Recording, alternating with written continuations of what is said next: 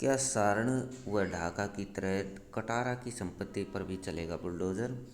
35 साल teachership paper leak सरगना का सफल। उदयपुर सहित कई जगह सेवा संपत्तियां खूब बनाई। द्वितीय श्रेणी शिक्षक भर्ती के सामान्य ज्ञान के पेपर लीक मामले में रिमांड पर चल रहे आरपीएससी सदस्य बाबूलाल कटारा ने राजकीय सेवा में आने के बाद करोड़ों का साम्राज्य खड़ा किया। कटारा मूल रूप से डूंगरपुर के मालपुर का रहने वाला है।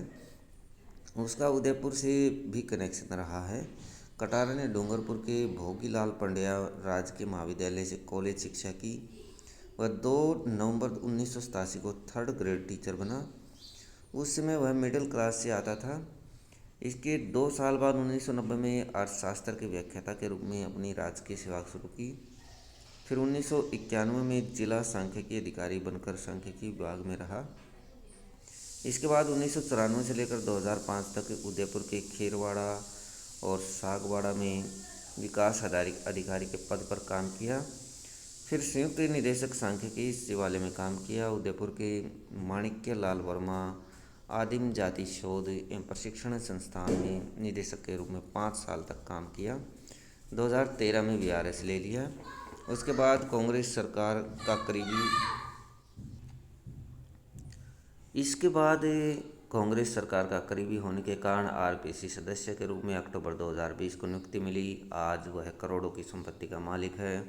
अब सवाल यह है कि इस मामले में जिस तरह आरोपी भूपेंद्र सारण व सुरेश ढाका के कोचिंग और घर पर सरकार ने बुलडोजर चलाया था, क्या उसी तरह इनके सरगना बाबूलाल कटारा के घर और कॉम्प्लेक्स पर भी कार्रवाई की जाएगी?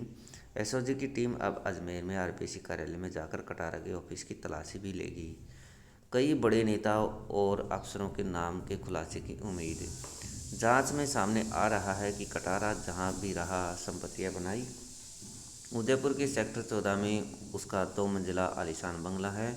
इसके अलावा डूंगरपुर, अजमेर और बांसवाड़ा सहित कई पॉश इलाकों में ज़मीनें, मकान, कमर्शियल कॉम्प्लेक्स हैं। कटारा ने आरपीएससी से पहले भी राजकीय सेवाओं में रहते हुए कितनी संपत्तियां और कहां बनाई, इसकी भी पड़ताल हो सकती है। सरकार आरोपियों की संपत्तियों को चिन्हित करेगी। उसका कई बड़े नेताओं से जुड़ाव भी सामने आ रहा है।